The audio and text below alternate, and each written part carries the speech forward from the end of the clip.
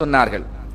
ஆடு மாடு ஒட்டகங்கள் வைத்திருந்து அதிலே ஜகாத் என்ற அந்த பங்கை நிறைவேற்றாதவன் நாளை மறுமையில் அவன் வளர்த்த ஆடுகளும் மாடுகளும் அவன் மார்பில் ஏறி மிதித்து அவனை சித்திரவதை செய்கின்ற நிலைகளை அல்லாஹ் நாளை மறுமையில் ஏற்படுத்துவான்.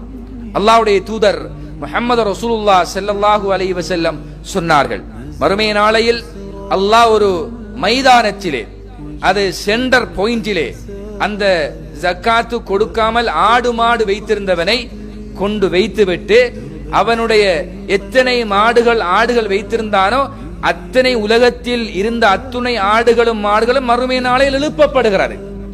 அது லைனிலே வைக்கப்படுகிறது, வரியாக வைக்கப்பட்டு ஒன்றன் பின் ஒன்றாக அவனை மல்லாக்க வைத்து அவனுடைய மார்பகத்திலே அதனுடைய குழம்புகளால் ஏறி மிதித்து உயிர் போயும் போகாமலும் இப்படிப்பட்ட பயங்கரமான தண்டனைக்கு அவன் அல்லாஹ்வினால் ஆளாக்கப்படுகிறான் என்று அல்லாஹ்வுடைய தூதர் ஸல்லல்லாஹு அலைஹி வஸல்லம் சொன்னார்கள். இப்ப 100 மாடு இருந்தா 100வது மாடு கடைசியாக ஏறி மிதித்து விட்டதன் பின்னால் மீண்டும் முதலாவது மாடு மீண்டும் குத்த ஆரம்பித்துவிடும்.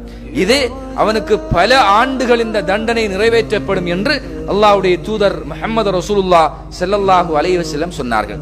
எனவே இறைவனுக்கு செலுத்த வேண்டிய அந்த ஜக்காத் என்ற பங்கை செலுத்தாவிட்டால் அவன் எதை தன் வாழ்க்கையின் முக்கியமான சொத்தாக பாதுகாத்து வந்தானோ அந்த சொத்துதான் அவனுக்கு மிக பெரும் எதிரியாக மாறுகின்ற சூழ்நிலை ஏற்படும் என்பதை நாங்கள் புரிந்து கொள்ள வேண்டும்.